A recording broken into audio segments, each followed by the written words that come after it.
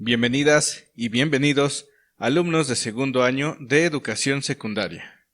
En este video abordaremos las características generales del periodo posclásico, ese periodo de la historia prehispánica que abarca de los años 900 a 1521 y que va después del periodo clásico.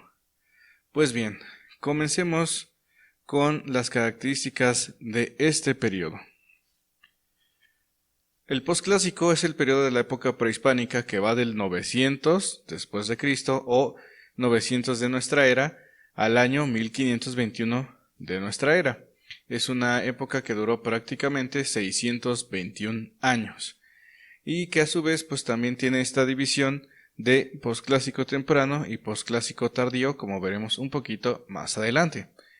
En general, todo el posclásico, todos estos 621 años, es la época de la militarización de los pueblos que habitaron Mesoamérica, algunos con la intención de someter a otros y de ellos obtener tributos.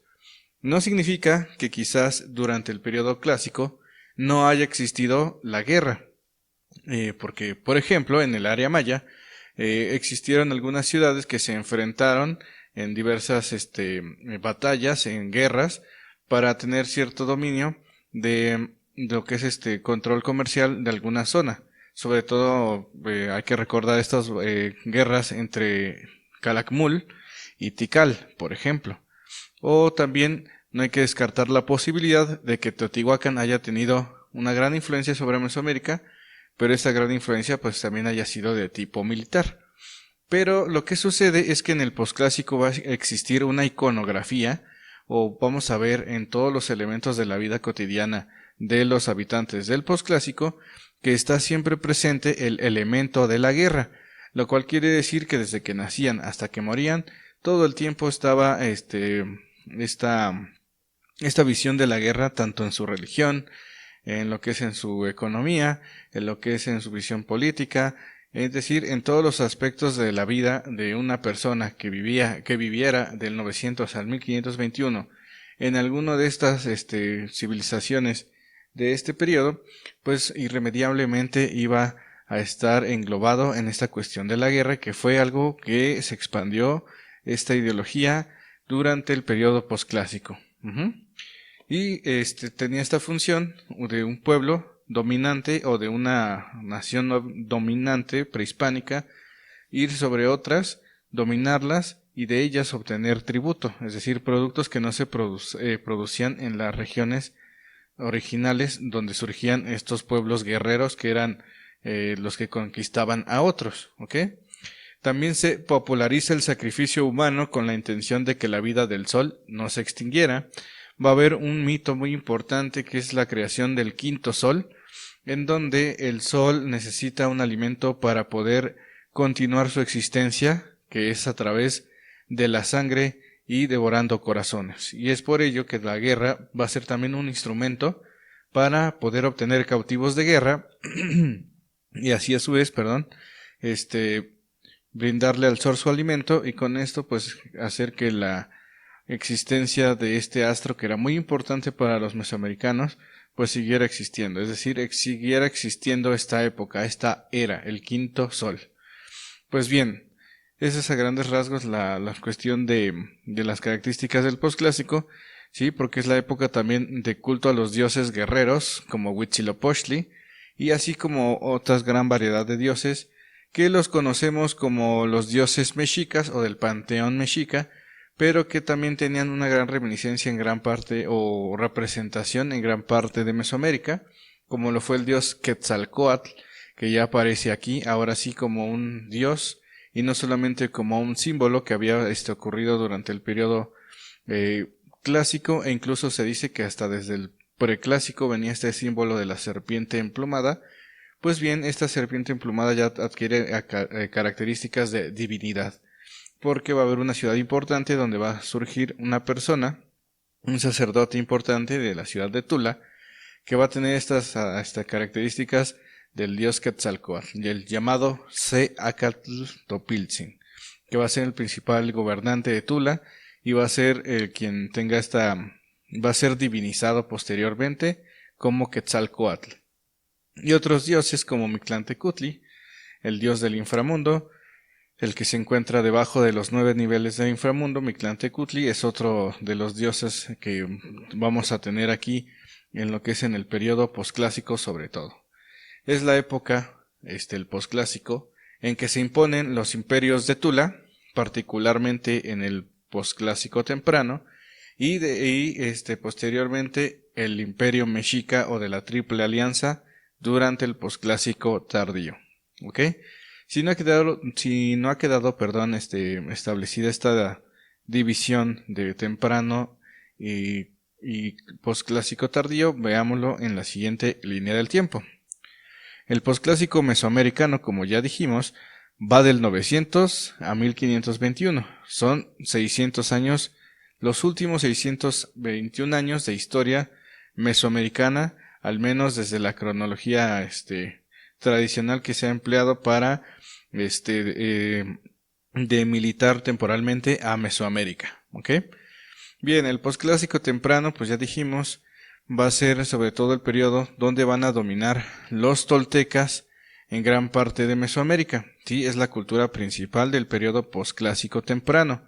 Esta influencia va a llegar tan lejos como va a ser en lo que es actualmente la península de Yucatán, y ahí va a llegar toda esta tradición tolteca, y va a estar hermanándose con lo que son las ciudades mayas, sobre todo la de Chichén Itzá, que va a tener esta influencia maya tolteca, y posteriormente en el 987 se va a conformar la llamada Liga de Mayapán, una ciudad importante de lo que hoy es Yucatán, que va a tener como aliadas a Chichén Itzá y a Uxmal. Estos tres ciudades importantes que van a tener gran influencia en lo que es en la península de Yucatán. Hacia el 1200 se da la decadencia de Tula, ya dijimos, este gobernante importante, que es la representación de Quetzalcóatl, el señor Acatl, que significa uno caña, porque en la época prehispánica se le ponían los nombres a las personas dependiendo de la fecha en que nacieran, en las fechas calendáricas, y eran 13 numerales combinados con 20 signos, y uno de estos signos era la caña. No caña de azúcar, más bien carrizo. Nada más que se domina en náhuatl como Acatl. Y C es el numeral 1, es decir, uno caña. C, Acatl, era el nombre de este personaje. Nació en una fecha, uno caña. Estas fechas se repetían por lo regular cada 260 días o cada 52 años volvían a reiniciar una cuenta en que tanto los calendarios de 365 días y de 265 días se reiniciaban, o sea, daban una vuelta completa, porque para los mesoamericanos el tiempo era cíclico, ¿ok? Y a veces en ese sistema cíclico se tenía que destruir para volver a construir. Es por eso que en ciertos momentos los mesoamericanos sentían pues que se iba a acabar el mundo, ¿eh? Pero no es acabarse el mundo. En realidad lo que sucede es que termina un ciclo e inicia otro.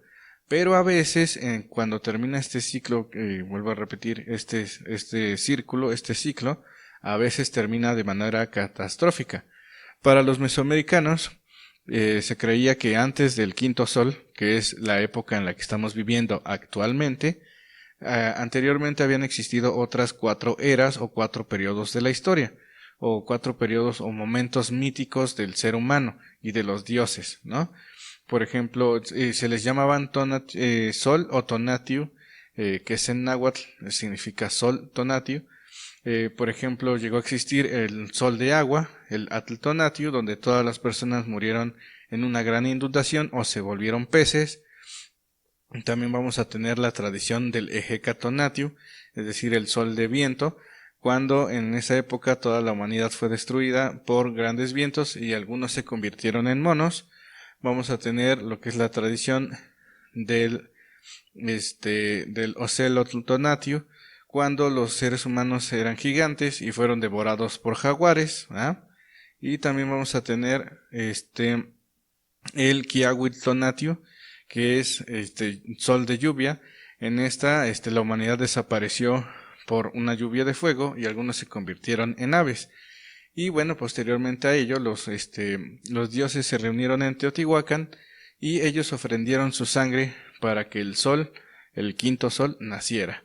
Y al nacer el quinto sol, como se sacrificaron los dioses, entregaron su sangre y sus corazones.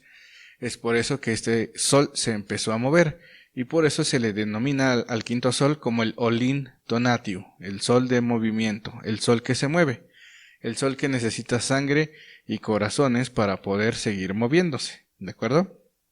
Toda esa cosmovisión no solamente era propio de los mexicas, o de los toltecas, sino de todas las civilizaciones mesoamericanas. Compartían de cierta manera, como señala un investigador importante denominado Alfredo López Austin, algo que se denomina el famoso núcleo duro, es decir, que existía una religión de cierta manera compartida. Cada cultura tenía sus particularidades, pero todas las religiones, los pueblos mesoamericanos tenían un origen religioso de donde partía toda su cosmogonía, ¿de acuerdo?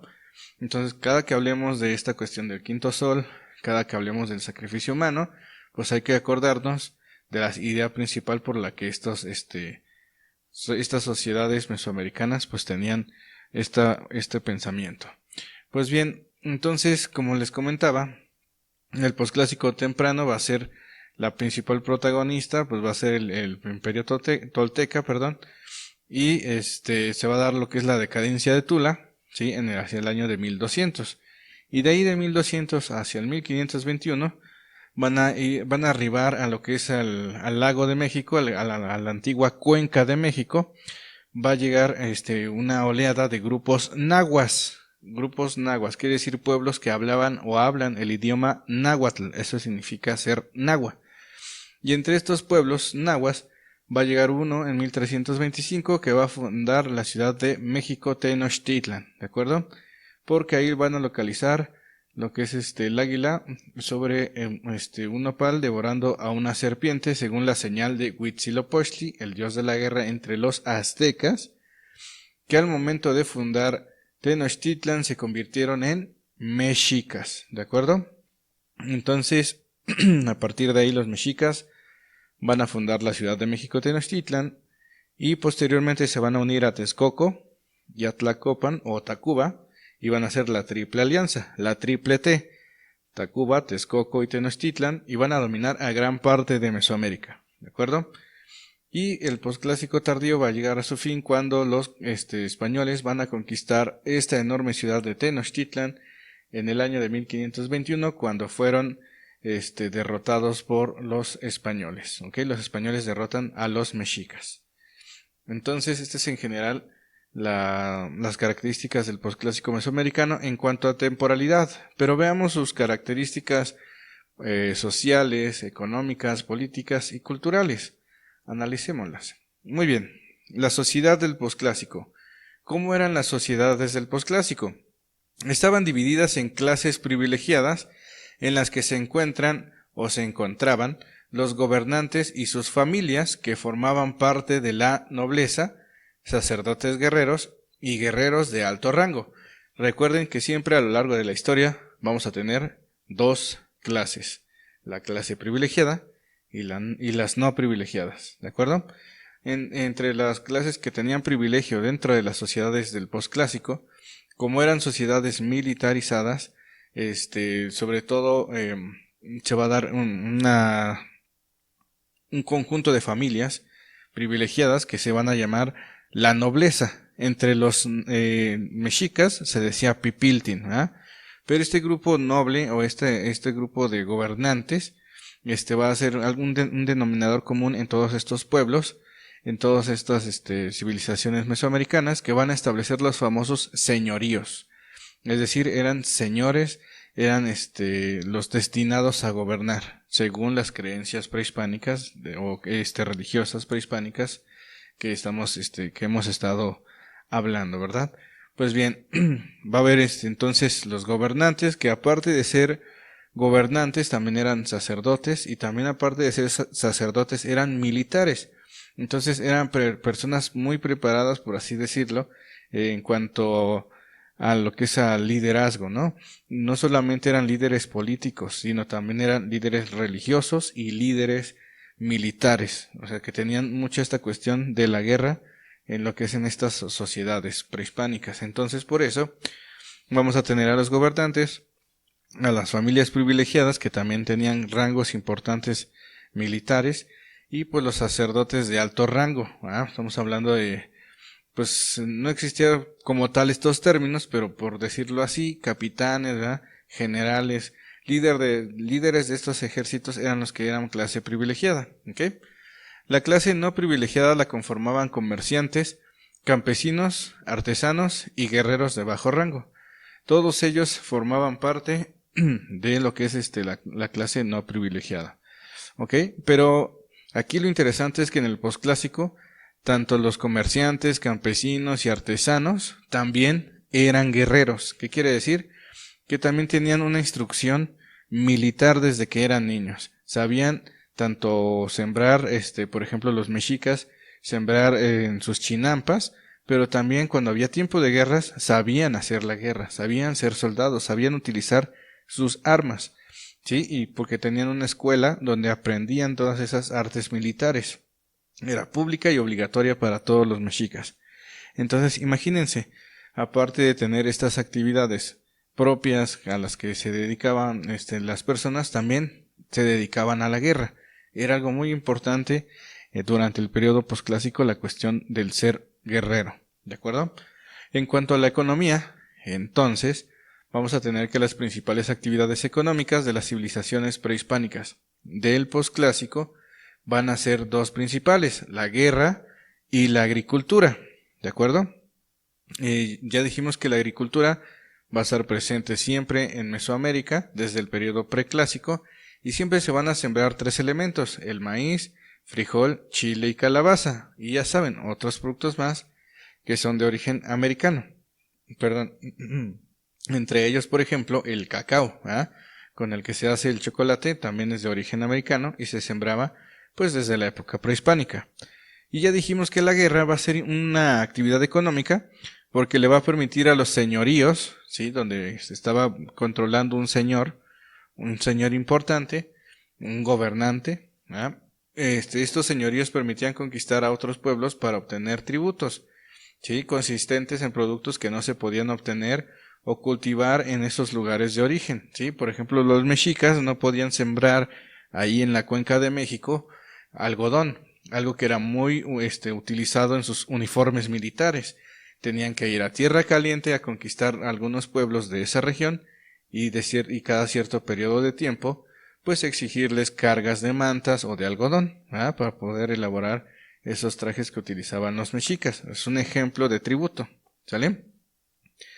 Y eso es en cuanto a economía. Son dos actividades principales, agricultura y la guerra, aunque también vamos a tener comercio, pero que también está inmiscuido dentro de lo que es lo militar, porque varios mercaderes que hacían largas distancias de recorrido para intercambiar productos, a veces también funcionaban como espías de estos imperios, ¿verdad? de estos pueblos que sometían a otros pueblos. Pues bien, la política en el posclásico se denomina en general con el término teocracia militar. Ya dijimos que en el periodo clásico era una teocracia, es decir, los sacerdotes eran gobernantes, es decir, la religión y el gobierno eran una sola cosa, lo divino y lo político eran una sola cosa porque los dioses habían elegido a ciertas personas para gobernar a las demás. Esa es una teocracia, ¿ok? Pero en el caso del posclásico ya dijimos que eran teocracias militares, porque también aparte de ser sacerdotes gobernantes, eran también sacerdotes gobernantes guerreros, ¿sí? Era muy importante la guerra para el posclásico, vuelvo a insistir. Entonces, durante esta etapa surge la figura del gobernante o del señor, que da nombre o da pie a lo que se conocen como los señoríos, ¿de acuerdo? Donde un señor va a tener el control de una región, ¿sí? Va a tener, o de unos pueblos o de algunas personas. Eso se le denomina el señorío, ¿de acuerdo? En náhuatl, este señor o gobernante importante se va a denominar el tlatoani, y va a haber un Tlatoani de los Tlatoanis, o sea, el señor de señores, que es el Huey Tlatoani, o sea, el gran Tlatoani. Sí, estos son los que conocemos como Moctezuma, como Cuauhtémoc, como Cuitláhuac, o como Axayácatl, como Huitzilihuitl, como Acamapixli, etcétera. Todos estos gobernantes que estuvieron ejerciendo el poder en lo que es en Tenochtitlan, se les dominan los Tlatoanis, pero estos son los Huey Tlatoanis, o sea, los gran Tlatoanis. Pues bien, ese es en cuanto a política. ¿Cuáles serían entonces las culturas principales que se desarrollaron durante el posclásico? Bien, vamos a verlas a continuación. Serían entonces esas que estamos viendo aquí. Vamos a irlas revisando en cuanto a lo que es en cuanto a regiones, ¿verdad? Y vamos a comenzar también por temporalidad. Vamos a comenzar con las culturas del posclásico temprano. Dijimos entonces que la principal cultura del posclásico temprano proviene del altiplano central, actualmente en lo que es el estado de Hidalgo, en lo que es en la ciudad de Tula. Ahí se establecieron entonces los toltecas que estamos viendo aquí. ¿Sí? Esto que dice aquí Gran Chichimeca era como denominaban muchos de estos pueblos a lo que son sus antepasados. Muchos de estos pueblos que estamos viendo aquí en esta época del posclásico eran descendientes de muchos migrantes que llegaron de lo que es Aridoamérica y lo consignaban en sus tradiciones.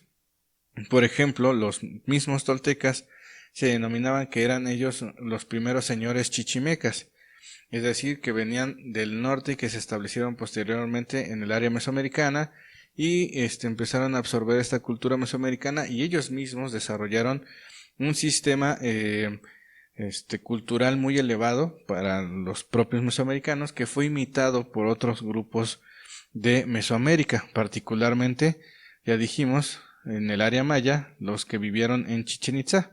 Veamos a grandes rasgos, pues quiénes eran los toltecas, porque de todas maneras en el siguiente video veremos o profundizaremos más en la civilización tolteca, pero veámoslo a grandes rasgos.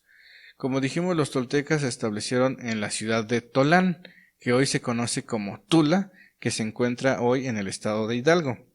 Ellos construyeron una ciudad importante, ya dijimos cómo se llama, pero construyeron un basamento muy importante que tiene como característica principal estas esculturas que son columnas que sostenían anteriormente un techo, quizás de madera, pero del cual pues no tenemos restos, pero sí estos restos de las columnas. Y lo que estamos viendo aquí es eso que comentaba desde un principio, la iconografía de la guerra.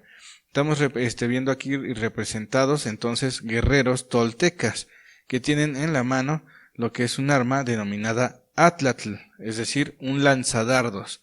Es un aditamento que lleva en lo que es en la mano, dependiendo de si era siniestro o diestro, pero imaginemos que la mayoría eran diestros, o sea que usaban mucho la mano derecha.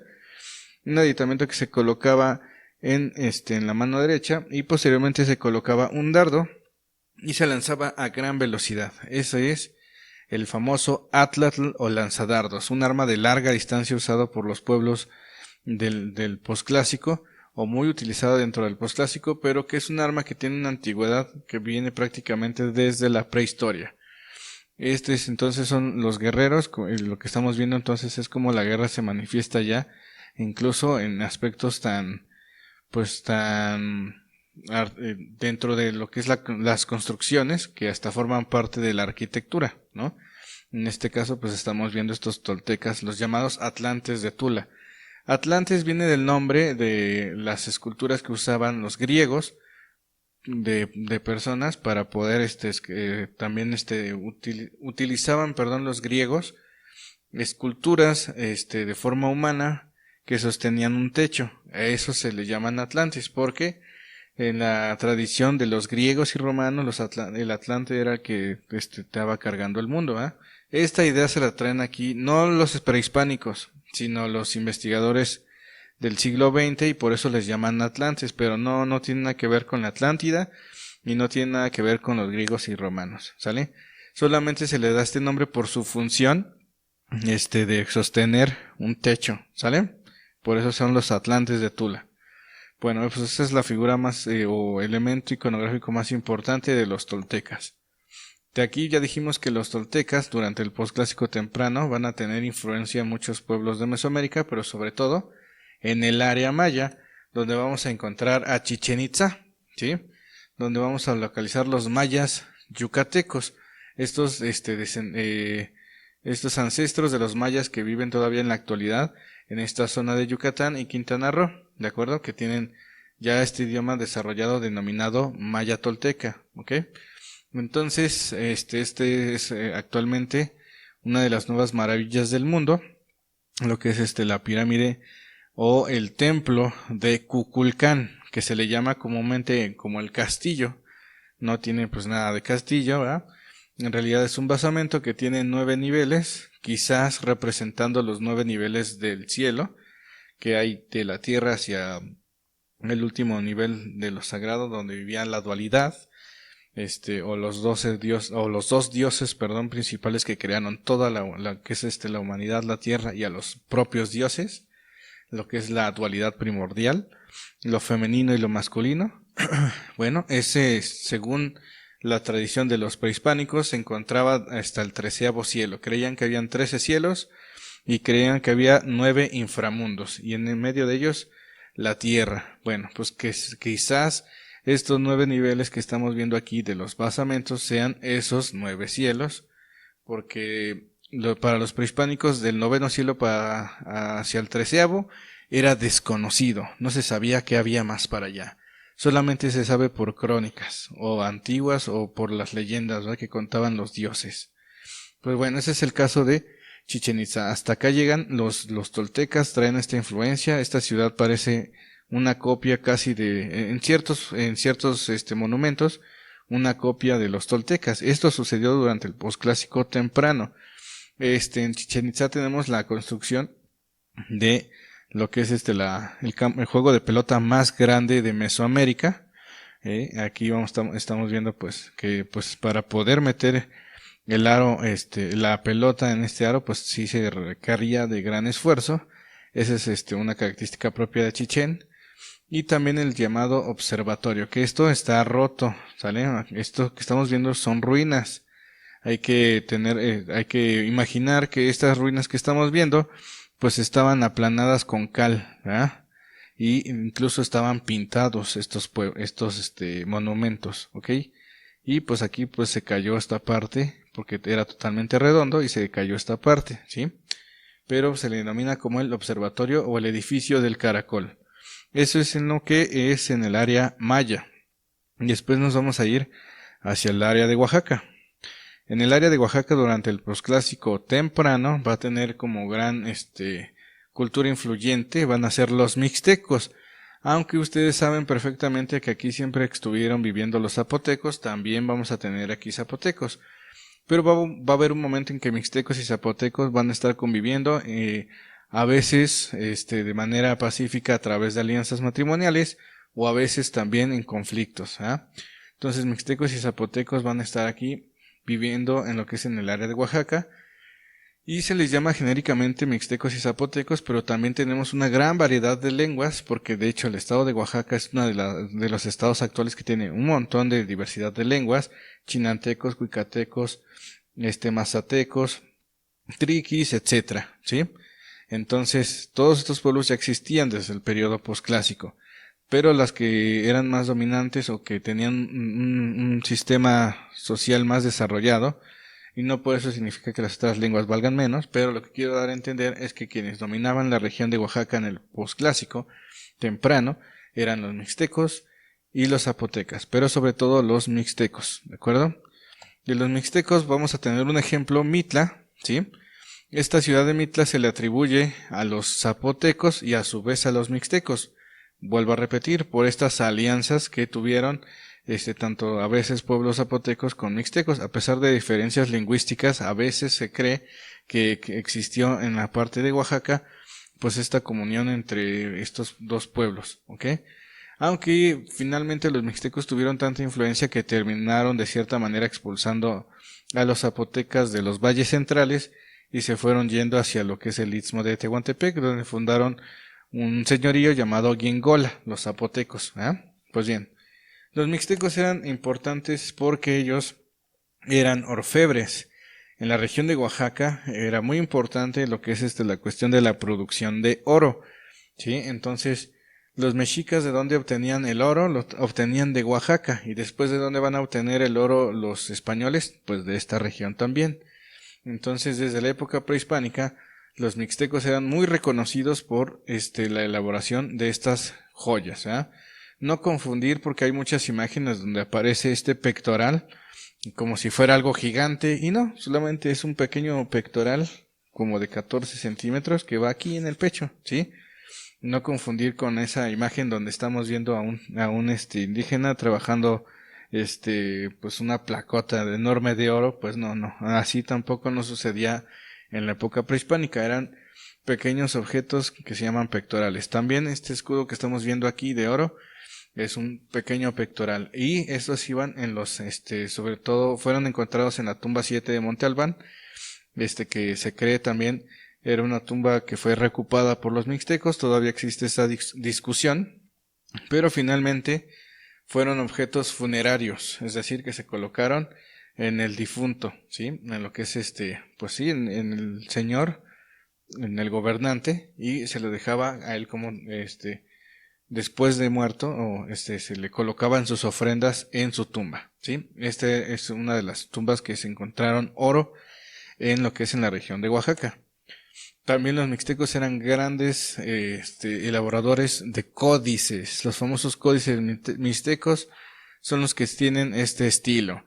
Y vamos a tener un personaje muy importante para los mixtecos que va a unir a todos ellos. Es el único que pudo lograr un gran señorío o un imperio pequeño, mixteco, de donde, bueno, se unieron varios pueblos o fueron conquistados por este señor, denominado 1, 2, 3, 4, 5, 6, 7, 8 Venado, ¿sí? 8 Venado, garra de jaguar. Este gran personaje que fue señor de Tilantongo y señor de Tututepec, las ciudades principales de lo que es el área de la Mixteca, ¿de acuerdo? Este es el señor 8 Venado, famosísimo en el área de Oaxaca, y sobre todo famosísimo por haber conquistado varios pueblos y haber unido a los pueblos mixtecos en un gran reino, el reino de Tututepec. Muy bien, estos fueron los mixtecos, y de cierta manera son las culturas principales del periodo posclásico temprano. Algunas también que vamos a ver se desarrollaron desde el posclásico temprano, pero van a tener gran influencia todavía en el posclásico tardío, que son las que vamos a ver a continuación. Si nos vamos a lo que es al área de Occidente, vamos a ver que existió una civilización que fue muy poderosa en esta región de Occidente, porque conquistó gran parte de lo que hoy es Michoacán, partes de Guerrero, partes de Jalisco, Colima, e inclusive Nayarit, inclusive parte de Zacatecas. Estamos hablando del imperio Purépecha, el imperio de los tarascos, como también se le denominan. Estos tarascos también eran, como los mixtecos, también sabían hacer o moldear el metal, o sea, utilizaban la metalurgia. Pero en esta región de Oaxaca, de Michoacán, perdón, el principal producto que ellos manejaban era el cobre, ¿ok? Entonces eran pueblos que a veces también ese cobre lo usaban en algunas armas.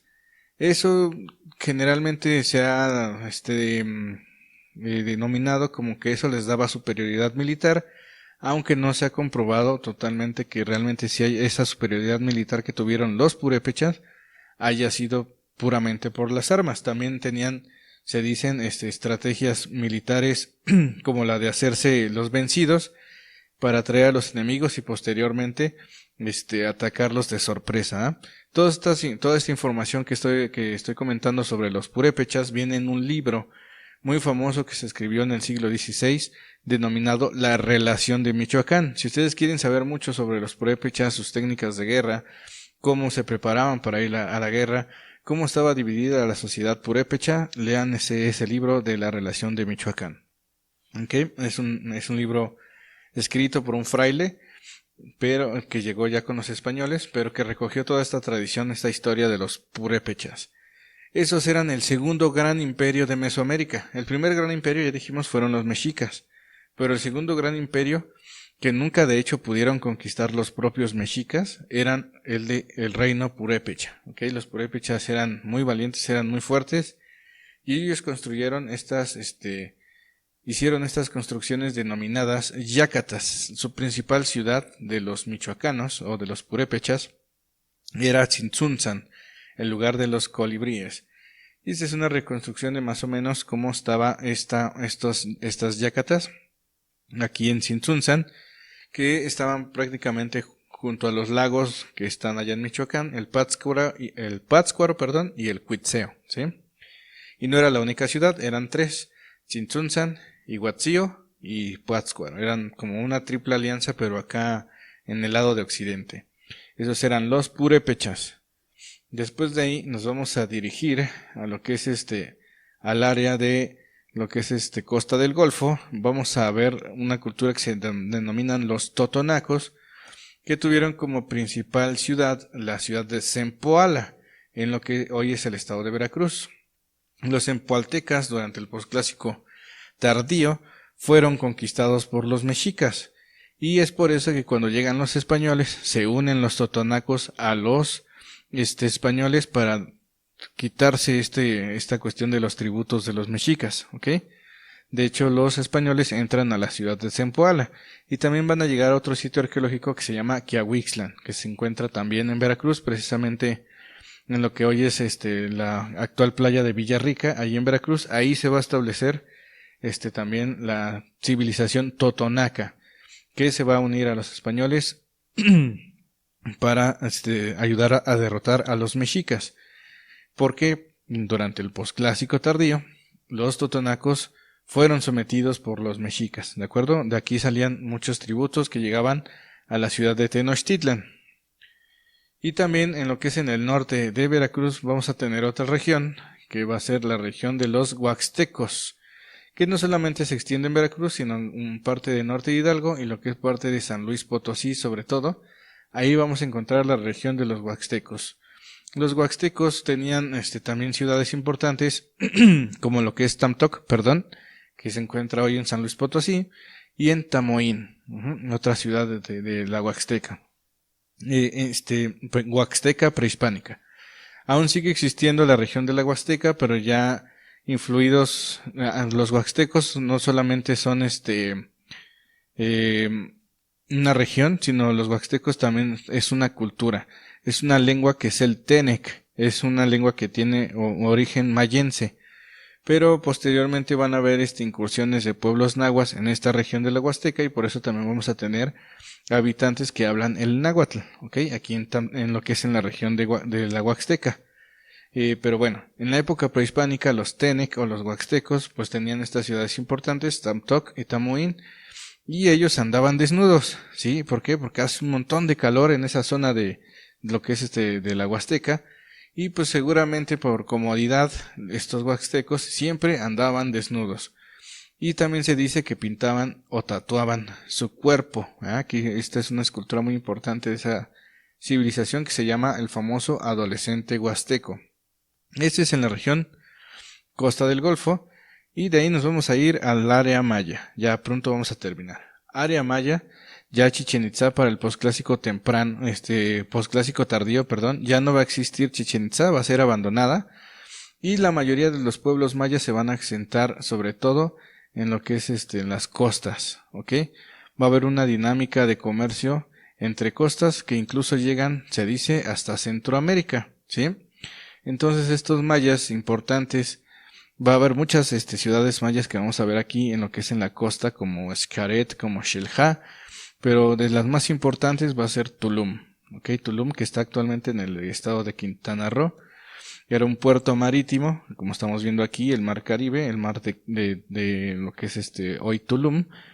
Ahí entonces esta ciudad que estamos viendo aquí era ciudad que se dedicaba sobre todo al comercio y se hacía a través de la navegación marítima. A través de lo que es la navegación costera, los mayas podían intercambiar productos de lugares tan lejanos, al menos imagínense una embarcación, pues salir de aquí y llegar hasta partes de Centroamérica, pues sí era en verdad una travesía para aquella época. Y finalmente vamos a llegar con la civilización que dominó pues gran parte de toda Mesoamérica, ¿sí? Lo que es menos, obviamente nunca pudieron ingresar al occidente. Los purépechas eran los enemigos acérrimos de los mexicas, y también vamos a tener unos acérrimos mexicas que no quisieron conquistar del todo para poder obtener tributos, que eran los tlaxcaltecas, enemigos también número 1 de los mexicas, que también se unieron a los españoles junto a los totonacos para vencer a los mexicas, ¿verdad? Los mexicas que establecieron la ciudad de Tenochtitlan, que se encontraba en lo que es en esta región de lo que hoy es la Cuenca de México. En el Estado de México ya se habían desarrollado otras civilizaciones, como los mazaguas, que ya se habían establecido en las zonas de Ixtlahuaca y Jocotitlán principalmente. Y después los mexicas también van a conquistar gran parte de lo que es Estado de México. Y va a ser la frontera que siempre se van a andar disputando los purépechas y los mexicas. También en esa región vivían los matlacincas y también vivían los otomíes en gran parte de lo que es el altiplano central, todos ellos dominados por los mexicas, ¿de acuerdo? Pues bien, los mexicas fundaron su ciudad al encontrar al águila devorando a la serpiente sobre el nopal. Esa es una imagen de una de una crónica del siglo XVI, ya de franciscanos que llegaron después, en específico de Fray Diego Durán, Historia de las Indias. Es la obra que escribió este fraile, y aquí pues podemos ver pues cómo le contaron la historia de cómo fundaron la ciudad de México Tenochtitlan. Acuérdense que para los mexicas era México, y los españoles llegaron y le cambiaron a J, ¿verdad? Y por eso se quedó como México, pero en realidad era México, los mexicas. Y finalmente pues estos mexicas construyeron una ciudad muy importante denominada México Tenochtitlan en 1325, con su gran templo mayor, con su adoratorio de Tlaloc, que era el azul, y el adoratorio a Huitzilopochtli, que era el rojo, que estaba a la izquierda, por eso es el colibrí zurdo. Y pues aquí tenemos una reconstrucción, bueno, aquí faltan algunos elementos, por ejemplo, falta lo que es el Gran Zompantli, pero cuando sea la cuestión cuando veamos a los mexicas, vamos a adentrarnos mucho más a lo que es su cuestión cultural, ¿de acuerdo? Ahorita por lo pronto estamos viendo generalmente pues todas estas civilizaciones que se establecieron en el periodo posclásico, y que, bueno, se divide en dos: posclásico temprano, posclásico tardío.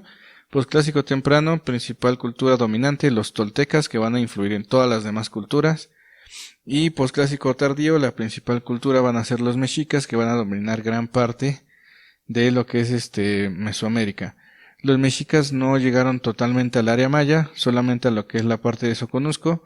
Sí, conquistaron algunos reinos mixtecos y zapotecos, pero hubieron algunos señoríos independientes que vamos a ir viendo posteriormente, ¿de acuerdo?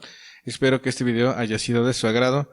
Pues es un gusto saludarlos, y nos vemos en el siguiente video. Hasta la próxima.